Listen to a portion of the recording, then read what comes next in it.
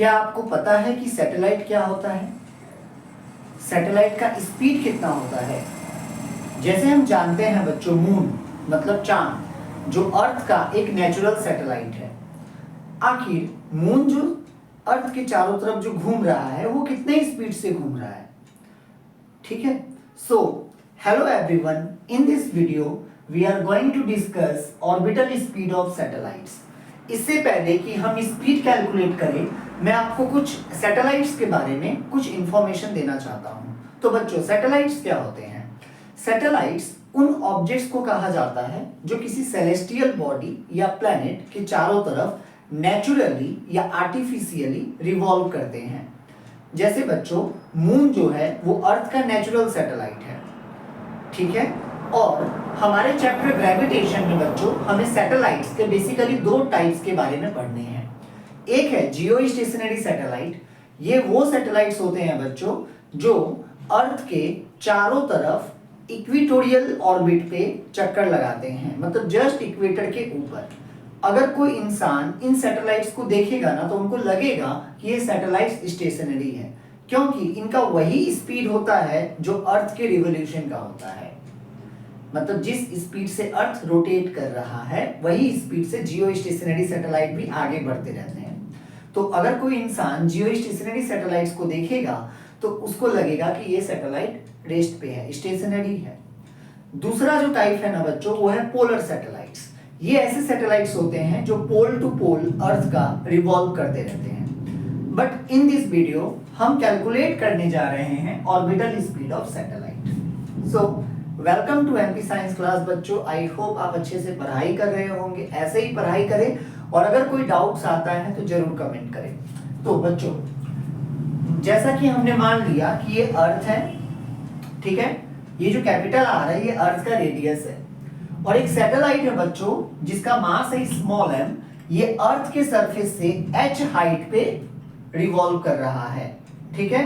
तो इस सैटेलाइट का अर्थ के सेंटर से जो बीच का डिस्टेंस होगा वो होगा small r, and that will be equal to the radius plus height, right. तो बच्चों मैं लिख सकता हूं कि ये जो स्मॉल r का वैल्यू होगा वो रेडियस प्लस हाइट के बराबर होगा, है ना, क्योंकि h क्या है? सैटेलाइट का height from the earth surface, और कैपिटल R क्या है? रेडियस।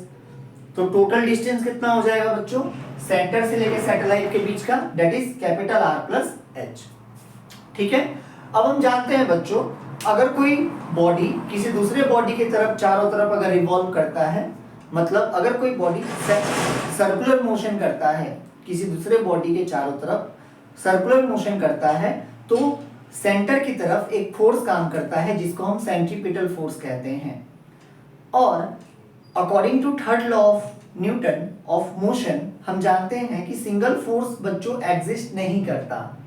फोर्स हमेशा कपल्स में काम करता है, जोड़े में रहता है। सिंगल फोर्स एग्जिस्ट नहीं करता इस यूनिवर्स में।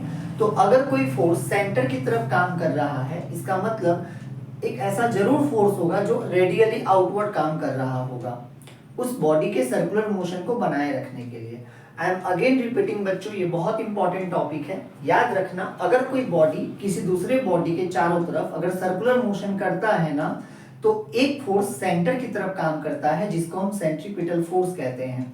और आपको पता है कि इन this case what will be the centripetal force? That is force of gravitation.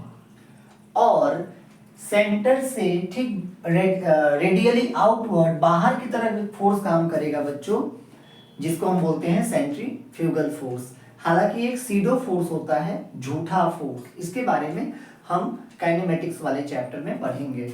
तो बच्चों, आज हमें क्या कैलकुलेट करना है? इस सैटेलाइट का ऑर्बिटल स्पीड। तो हम मान लेते हैं कि सैटेलाइट का जो ऑर्बिटल स्पीड है बच्चों वो है v0। क्लियर? तो सबसे पहले हम कैलकुलेट करेंगे इस सैटेलाइट और अर्थ के बीच का जो फोर्स ऑफ ग्रेविटेशन है उसका वैल्यू कितना होगा। तो we know that Fg is equal to capital G into mass of the earth into mass of the satellite upon satellite के सेंटर से लेके अर्थ के सेंटर तक के जो डिस्टेंस है उसका स्क्वायर। यह है फोर्स ऑफ ग्रेविटेशन, जैसे लास्ट लेक्चर में बच्चों हमने डिस्कस किया था। मैं उसका लिंक डिस्क्रिप्शन में डाल दूंगा, आप चाहो तो मेरे चैनल पे ग्रेविटेशन वाला वो वीडियो देख सकते हो। मैंने इस फॉर्मूला को डिराइव किया था उस वीडियो में। अब बच्चों, जैसे मैंने आपको बताया कि अगर कोई बॉडी किसी दूसरे बॉडी के चारों तरफ घूमता है तो एक फोर्स है जो सेंटर की तरफ काम करता है, जिसको हम सेंट्रीपिटल फोर्स कहते हैं। लेकिन हमें पता है न्यूटन के थर्ड लॉ ऑफ मोशन से सिंगल फोर्स कभी एग्जिस्ट नहीं कर सकता, फोर्स हमेशा कपल में काम करता है। तो अगर मान लो मैं आपको अर्थ का एग्जांपल देता हूँ, जैसे मान लो अर्थ सन के चारों तरफ घूमता है, तो हमें पता है इसके पीछे का जो रीजन है वो ग्रेविटेशनल फोर्स है, बट वो तो अंदर की तरफ काम करता है।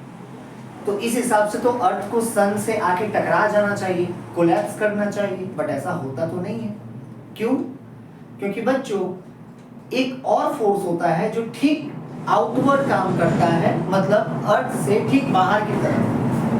अर्थ और सन को जो लाइन ज्वाइन करता है ना, उस लाइन के अलोंग एक फोर्स काम करता है, that is force of gravitation, जो सन की तरफ होता है। एंड ठीक रेडियली आउटवर्ड बच्चों एक दूसरा फोर्स काम करता है, जिसको हम कहते हैं सेंट्रीफ्यूगल फोर्स। वही वो फोर्स है जिसके कारण अर्थ जो है कंटिन्यूअसली ऑर्बिट में सन के चारों तरफ चक्कर लगा पाता है। तो इन दिस केस जो सेंट्रीफ्यूगल फोर्स होगा ना बच्चों, वो ठीक रेडियली आउटवर्ड काम करेगा। और हम काइनेमेटिक्स में इस फोर्स के बारे में डिटेल में जानेंगे। इसका जो वैल्यू होता है वो होता है m into velocity of the object का square, that is v0 square upon उस ऑब्जेक्ट का इस सर्कुलर मोशन के सेंटर से डिस्टेंस, मतलब in this case small r। तो ये होता है बच्चों सेंट्रीफ्यूगल फोर्स का वैल्यू। तो अगर इस सैटेलाइट को अर्थ के चारों तरफ कंटिन्यूअसली रोटेट करना है तो इन दोनों फोर्स को इक्वल होना पड़ेगा, right? So from 1 and 2, from 1 and 2 हम कह सकते हैं बच्चों Fg इक्वल टू Fc, ये दोनों इक्वल होना चाहिए। क्योंकि कॉमन सेंस यूज करो, अगर Fg ज्यादा हो गया तो सैटेलाइट नीचे गिर जाएगा, Fc ज्यादा हो गया, ये वाला फोर्स ज्यादा होगा तो वो ऊपर चला जाएगा। तो ऑब्वियसली दोनों को इक्वल होना पड़ेगा ना। तो हम दोनों को इक्वल कर देते हैं, इससे हमें क्या मिल जाएगा? Velocity of the satellite. So gmm upon r square is equal to mv square mv0 square sorry upon r। तो बच्चों यहां से अगर मैं कैंसिल कर दूं, m को कट जाएगा, r ये r कट जाएगा। So v0 square equal to gm upon r। तो यहां से बच्चों हमें v0 क्या मिल जाएगा? v0 is equal to square root of gm upon r। तो ये होता है बच्चों एक सैटेलाइट का स्पीड, ठीक है? v0 is equal to square root of gm upon r। हम इस फॉर्मूला में देख सकते हैं कि जो ऑर्बिटल स्पीड होता है ना सैटेलाइट का, वो सैटेलाइट के मास पे डिपेंड नहीं करता। ये बहुत इंपॉर्टेंट क्वेश्चन है बच्चों, याद रखना। चाहे सैटेलाइट भारी हो या हल्का हो,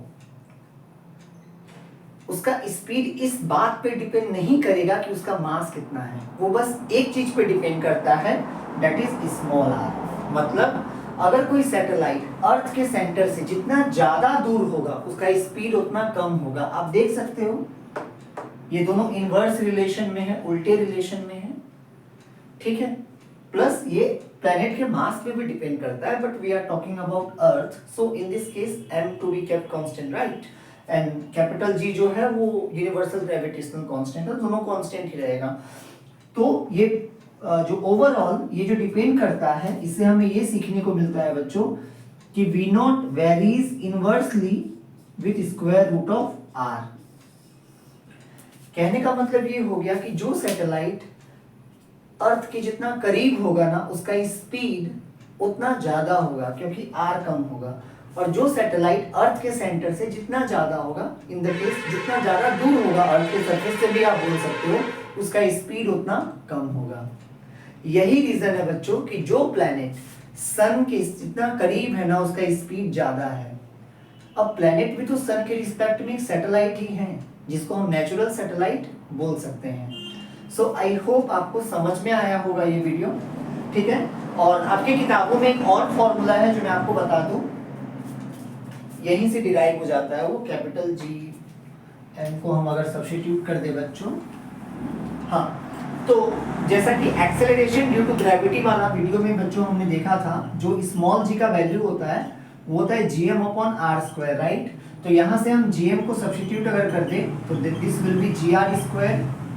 late this be equation 3 and तो from this and this, from 3 and this equation we can write v0 is equal to gr²/r।